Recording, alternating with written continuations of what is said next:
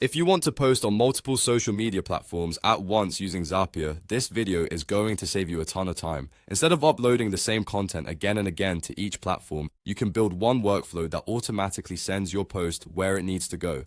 That means less manual work, faster publishing, and a much smoother content process for creators and businesses. Before we start, if this tutorial helps you out, make sure to hit the like button and subscribe for more simple software tutorials just like this one.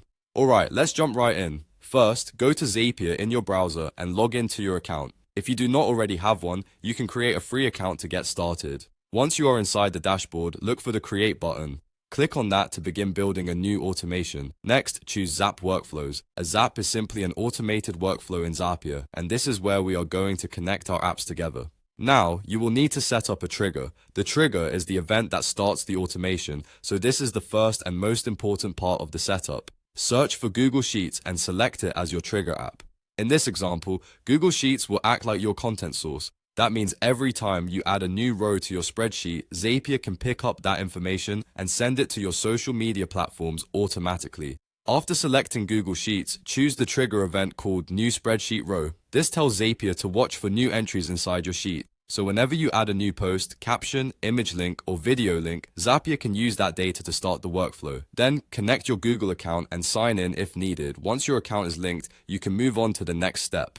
Now click on Action. This is where you decide what happens after the trigger fires. For the first action, search for Instagram and select it. Then choose the event Publish Photo. This is useful if you want your workflow to post to Instagram automatically. After that, log into your Instagram account and connect it to Zapier. Once Instagram is connected, you can add another action by clicking the plus icon. This is the part that makes it possible to post to more than one platform at once. Now search for YouTube and select it as your next app. Then choose the event Upload Video.